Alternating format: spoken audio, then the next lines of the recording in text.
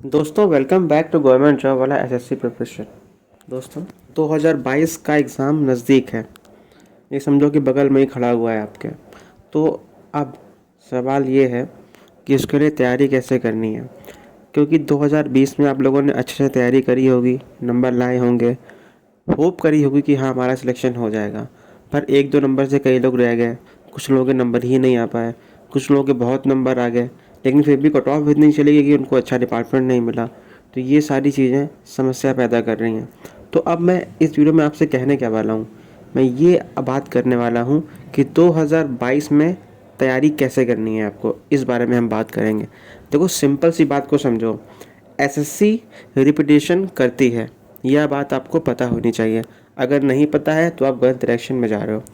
इसलिए आपको पिछले ईयर्स के जितने भी पेपर्स हैं सारे 2 से 3 बार लगाने हैं। और ये बात मैं बहुत पहले भी आपको बता चुका हूँ, करीब करीब 2 महीने पहले जब नोटिफिकेशन आया था कि आपको तैयारी करनी कैसे है। तो इस वीडियो में मैं फिर से आपको बता रहा हूँ, जिसने भी तैयारी करनी है वो प्रीवियस ईयर्स के पेपर्स की प्रैक्टिस करो, मॉक टेस्ट पे फोकस कम करो, प्रीवियस ईयर्स पे करो।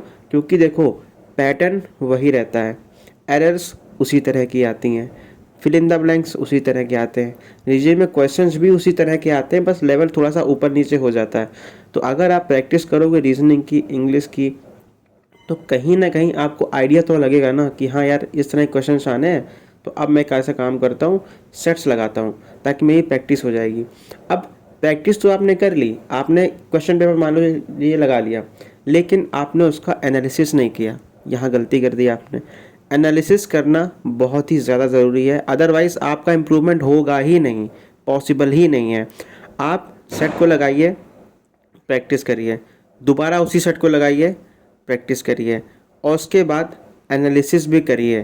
क्योंकि अगर आप एनालिसिस नहीं करेंगे तो दोबारा भी आप वही गलती करोगे। आप मुझसे लिख के ले लो, मैं गारंटी दे रहा हूँ।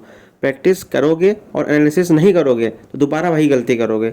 इसलिए आपको पिछले ईयर्स के पेपर जो है लगाने ही लगाने हैं, इस बात को ध्यान रखना है आपको। कई लोगों का सवाल रहता है कि सर एक बात बताइए, मैं एरर्स कर ले रहा हूँ, एक्टिव पैसिव कर ले रहा हूँ, डायरेक्ट इनडायरेक्ट कर ले रहा हूँ, फिल इन द ब्लैंक्स कर ले रहा हूँ, सिनोनिम्स एंटोनिम्स कर ले रहा हूँ, लेकिन मैं कहाँ फंस रहा हूँ, मैं कॉम्प्रिहेंशन में फंस रहा हूँ। और कॉम्प्रिहेंशन को कैसे करें? कई लोग क्या करते हैं, कॉम्प्रिहेंशन जब सॉल्व करते हैं ना कई लोग, तो वो पहले क्वेश्चन पढ़ लेते हैं, उसके बाद पैसेज में चले जाते हैं। क्वेश्चन पढ़ेंगे, पैसेज में जाएंगे। इससे क्या रहता है ना, आप मेरी एक बात को ध्यान से सुनना, इससे आपका टाइम ज़्यादा लगेगा, क्योंकि आप इसको बच्चों की तरह कर रहे हो। आप ऐसे कर रहे हो, क्वेश्चन देख लिए, वैसे ही वर्डिंग अगर मिल जाएगी पैसेज में तो हम उसको लगा देंगे, वही आंसर हो जाएगा। तो भाई साहब ऐसा मत करिए। आपको क्या करना है, ध्यान से सुनना। सबसे पहले पैसेज को एक बार पढ़िए, हार्डली 2 से 3 मिनट लगेंगे आपके इसमें, हार्डली। उसके बाद नहीं समझ में आया दोबारा से पढ़ लीजिए, 1 से 2 मिनट लगेगा आपको दोबारा पढ़ने में। और धीरे धीरे पढ़िए, भागिए मत, अगर भागेंगे तो समझ में ही नहीं आएगा। इसलिए धीरे धीरे उसको पढ़िए ताकि आपको समझ में आए, और जब समझ में आ जाएगा फिर क्वेश्चन पढ़ लो।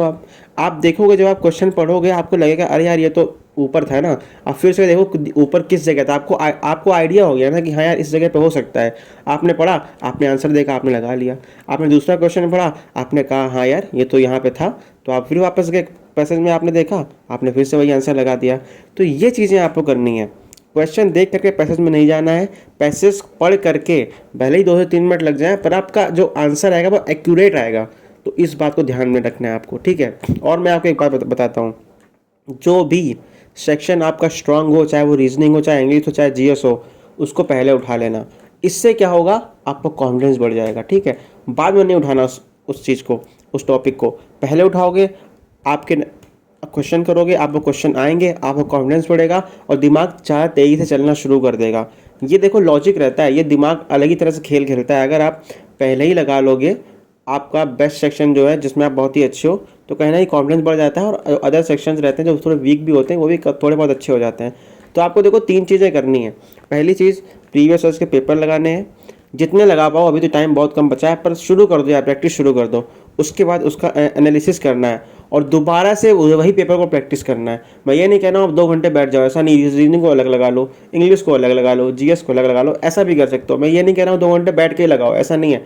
आप रीजनिंग में आपको प्रैक्टिस करिए, उसका अलग से एनालिसिस कर लो। इंग्लिश में करिए, इंग्लिश से कर लो। टेक्स्ट बुक एक एप्लीकेशन है, बायजूस है, इन दोनों से आप कर सकते हो। बढ़िया प्रीवियस ईयर के पेपर्स इसमें दिए गए हैं, आप बढ़िया से प्रैक्टिस कर सकते हो। तो ये बात को आपको ध्यान रखना है भाई साहब। जिस किसी ने भी प्रैक्टिस नहीं करी है वो अभी से शुरू कर दो, अभी भी 20-22 दिन बचे हुए हैं, नहीं तो आपको समस्या हो जाएगी पेपर के टाइम में, क्योंकि आप टाइम मैनेजमेंट नहीं कर पाओगे। जिन्होंने भी प्रैक्टिस नहीं करी है, मैं गारंटी दे रहा हूँ, बहुत सारे लोग ऐसे होंगे जो वहाँ पे टाइम मैनेजमेंट ही नहीं कर पाएंगे, उनका पेपर छूट जाएगा।